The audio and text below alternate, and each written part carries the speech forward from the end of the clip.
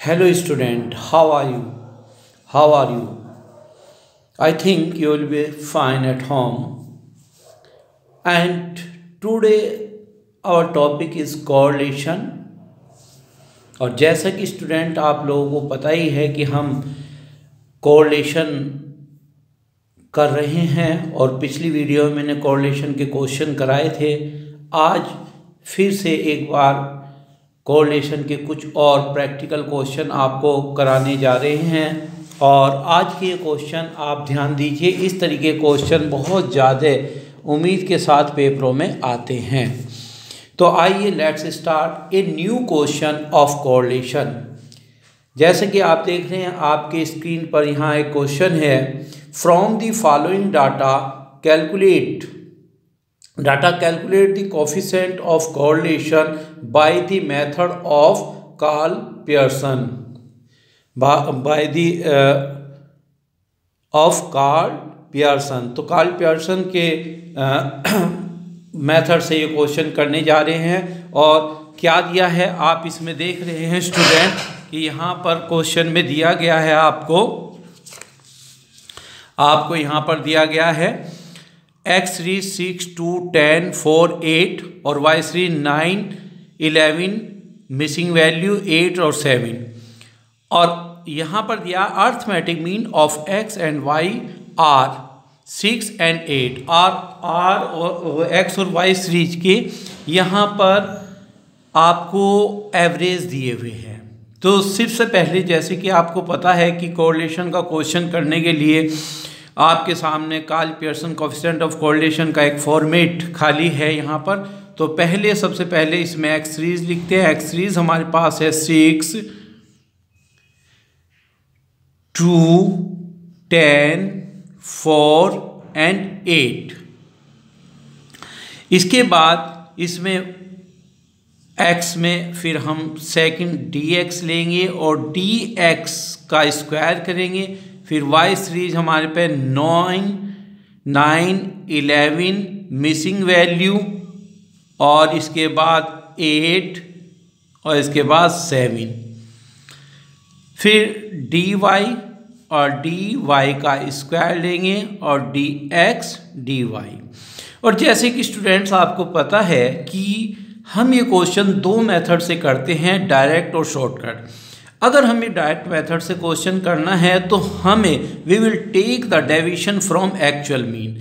और क्वेश्चन में actual mean दिए गए हैं, जैसे x का दिया है x बार दिया गया है क्वेश्चन में 6 और y बार दिया गया है 8। लेकिन यहाँ मिसिंग वैल्यू जहाँ पर है, इसकी मिसिंग वैल्यू हमें जैसे कि मालूम है कि यहाँ पर आप देख रहे हैं कि x बार हमारे पास x बार हमारे पास 6 है और x बार का फार्मूला होता है सिग्मा x अपॉन n। और x बार हमने 6 ले लिया और सिग्मा x हमें नहीं मालूम और अपॉन n 1, 2, 3, 4, 5। तो that's mean sigma x equal to 6 × 5 equal to 30। ये आपके सामने दिया गया है 30, आप देख रहे हैं इसमें। इसके बाद आप देखिए y बार में आप देख रहे हैं y बार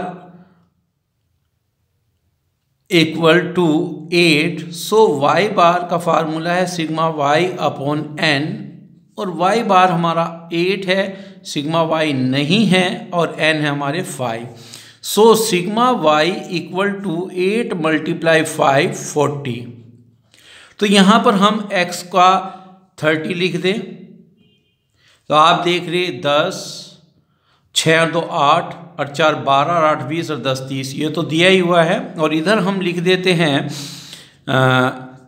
सिग्मा y, ये सिग्मा x था और यहाँ सिग्मा y हम लिखते हैं 40। और यहाँ पर हम देखते हैं 11 और 9 20 और 8 और 7 15 20 30 35 आ गए। तो मिसिंग वैल्यू जो हो गई 5, मिसिंग वैल्यू 5। आप देख रहे यहाँ पर मिसिंग वैल्यू पता चल गई। अब हम क्वेश्चन को सोल्व करते हैं तो क्वेश्चन को सोल्व करते समय हमें केवल इस बात का ध्यान रखना है कि यहाँ पर हम डेविएशन लेंगे एक्चुअल मीन से। तो एक्चुअल मीन आपके सामने था, एक्चुअल मीन x का हमारे पास 6 है तो हम x बार को ही मीन ले लेते हैं जो कि 6, और इधर y बार को मीन ले लेते हैं, y बार दिया था 8, तो y बार इक्वल टू 8। और जैसे कि आपको पता है कि dx इक्वल होगा x माइनस एक्स बार और dy होगा y माइनस y बार। तो यहाँ 6 में से जो हमारा x बार है इसे लेस कीजिए, 6 माइनस 6 इक्वल टू 0 आ जाएगा, और 2 माइनस 6 माइनस के 4 आएगा, और 10 में से प्लस के 4 आएंगे, और 4 में से 4 माइनस 6 माइनस 2 आएंगे, और 8 माइनस 6 प्लस के 2 आएंगे, प्लस अब आप देखो इसका टोटल 0। ध्यान रखिएगा जब भी when we take the deviation from the actual mean then sigma dx will 0। So in second equation y में हम लेते हैं, y में हमने 8 लिया तो 9 माइनस 8 प्लस का 1 और 11 माइनस 8 प्लस के 3 और 5 माइनस 8 माइनस के 3 0 और माइनस का 1। तो यहाँ भी आप देख रहे हैं इसका टोटल 0 आ गया। तो ध्यान रखिएगा इसका टोटल 0 आने का मतलब है कि आप डायरेक्ट मेथड से क्वेश्चन कर पाएंगे। अब इनका मल्टीप्लाई कर दीजिए, यहाँ आप देख रहे हैं dx dy, तो dx और dy की मल्टीप्लाई 0 1 जा 0, 3 4 जा -12, 4 3 जा -12, 2 0 0 और 2 1 जा 2 माइनस के। तो आप देख रहे हैं सारे ही माइनस के आगे, तो माइनस के यहाँ पर हो जाएंगे 26। अब इनका स्क्वायर कर लेते हैं, 0 4 4 जा 16, 4 4 जा 16, 2 2 जा 4 और 2 2 जा 4, तो यहाँ पर इसका टोटल 40 आ गया। इधर 1 3 3 जा 9, 3 3 जा 9, 0 1 1 जा 1, तो यहाँ इसका टोटल आप देख रहे हैं इसका टोटल हमारा 20 आ गया है। तो आप देख रहे सिग्मा डी वाई स्क्वायर 20 और सिग्मा डी एक्स स्क्वायर 40 और sigma d x d y minus के 20। तो यहाँ पर हमारा फार्मूला जो है वो हम ले सकते हैं R इक्वल टू, तो यहाँ पर R equal to sigma d x d y under root square sigma d x square multiply sigma d y square, ये फार्मूला हमारे पास। और sigma d x d y हमारा है -26 upon sigma d x square 40 और multiply sigma d y square यहाँ पर sigma D square x हमारा ये 40 है और सिग्मा डी वाई स्क्वायर 20 है हमारा, ये प्लस के ही हैं। तो यहाँ पर आप ये प्लस के ही होते हैं हमेशा, जैसे ही आप किसी चीज़ का स्क्वायर करेंगे तो प्लस में आएंगे, इसलिए ये लिखने की भी जरूरत नहीं, लेकिन आपके लिए बता रहे हैं कभी कभी स्टूडेंट से मिस्टेक हो जाती है। तो यहाँ पर आगे देखिए कि R इक्वल टू -26 और 4 2 ज़ा 8, तो 800 आपके यहाँ पर ये आ गए हैं। और 800 का अब आपको पहले लेना है अंडर रूट। और जैसे कि student you know very well कि यूनिवर्सिटी में आपके इस पेपर में कैलकुलेटर अलाउड होता रहा है, तो इसका अंडर रूट आप कैलकुलेटर से लेंगे, लेकिन साइंटिफिक कैलकुलेटर कॉलेज में अलाउ नहीं, वो पेपर में अलाउ नहीं होगा, सिंपल कैलकुलेटर से आप अंडर रूट करेंगे। तो इसका अंडर रूट आता है हमारा 28.28 और R इक्वल होगा -26 अपॉन 28.28 0.28। इससे इसको डिवाइड करेंगे तो आंसर माइनस में हमारा आ रहा है, ये आ रहा है 0.92। तो यहाँ पे देखेंगे हम आंसर में लिखेंगे there is a negative correlation between x and y. X और वाई के बीच में निगेटिव कोरिलेशन है और is a high degree correlation, ये उच्च श्रेणी का सहसंबंध है। तो स्टूडेंट्स एक बार फिर आप इस क्वेश्चन को देख सकते हैं कि यहाँ पर जो क्वेश्चन हमारे सामने दिया गया है, क्या कहा गया था इसमें, इस क्वेश्चन में आपके लिए कहा गया है कि फ्रॉम द फॉलोइंग डाटा, कि आप निम्नलिखित सूचनाओं से x और y के मध्य में सहसंबंध गुणांक ज्ञात कीजिए। आपके सामने x सीरीज दी है y, लेकिन y सीरीज में एक वैल्यू मिसिंग है, और जब भी कोई वैल्यू मिसिंग देंगे x और y में तो आपको एक्चुअल मीन दिए जाएंगे। तो यहाँ भी एक्चुअल मीन x के 6 और y के 8 है। तो इसीलिए x की मिसिंग वैल्यू से हमने क्या निकाला, एक्स बार का फार्मूला रखा सिग्मा एक्स अपॉन एन, तो सिग्मा एक्स की वैल्यू 30 आई, वाई बार का फार्मूला रखा सिग्मा वाई की वैल्यू 40 आई। तो एक्स सीरीज का टोटल चूंकि सारी वैल्यू दी हैं तो कोई दिक्कत नहीं, इनका टोटल 30 इक्वल आ गया। वाई सीरीज में हमने जब वाई बार निकाला टोटल 40 आया, लेकिन यहाँ पर एक वैल्यू मिसिंग थी जहाँ पर 5 रखा गया है, हमने टोटल किया था 35 आया, जिसमें से 40 माइनस 35 करके 5 की वैल्यू निकाली। उसके बाद x का dx लिया, स्क्वायर किया, y का dy लिया, स्क्वायर किया, सिग्मा dx dy लिया। और जब हम क्वेश्चन करते हैं एक्चुअल मीन से तो सिग्मा dx और सिग्मा dy दोनों जीरो आते हैं और फार्मूला ये लगता है sigma dx dy under root sigma dx square sigma dy square, और दोनों ही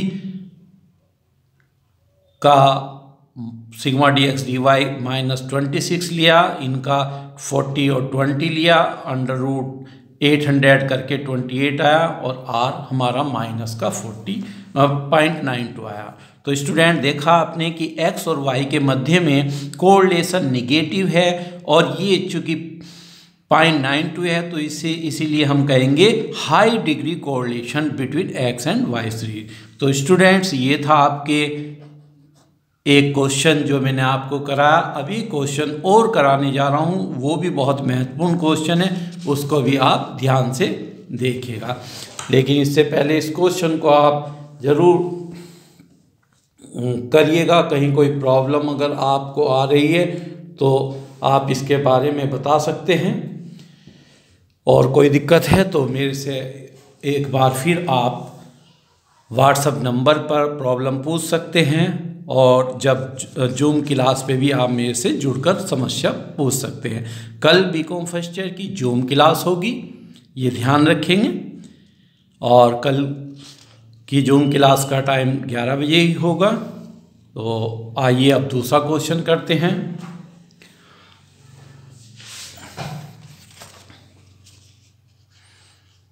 यहाँ जो क्वेश्चन आपके सामने है स्टूडेंट्स, आप इस क्वेश्चन को ध्यान से देखिएगा।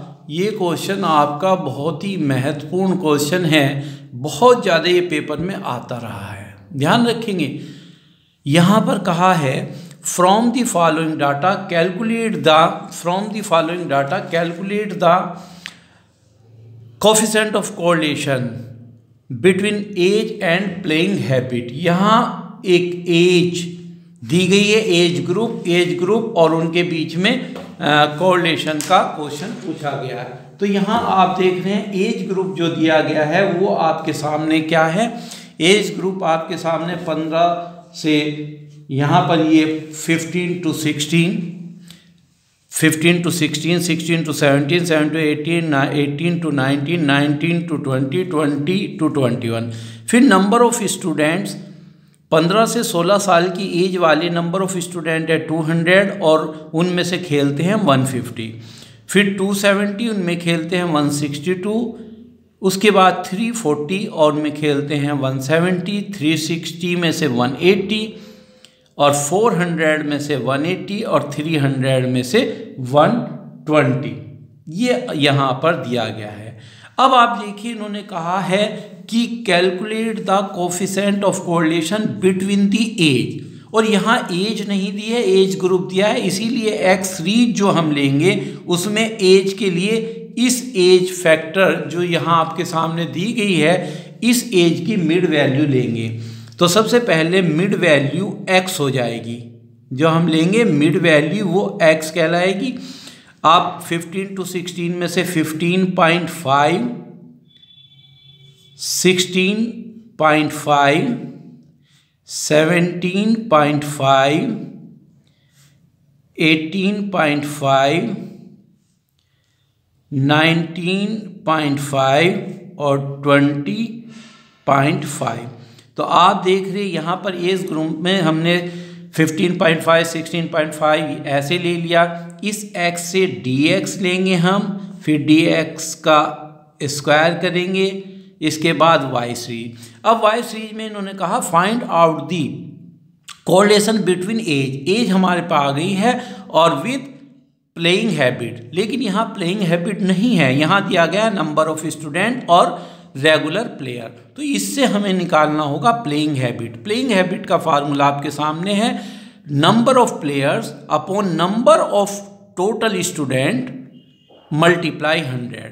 तो आप देख रहे हैं सबसे पहले 150 प्ले हैं 200 से, तो 100 से ये हो जाएंगे आपके 75।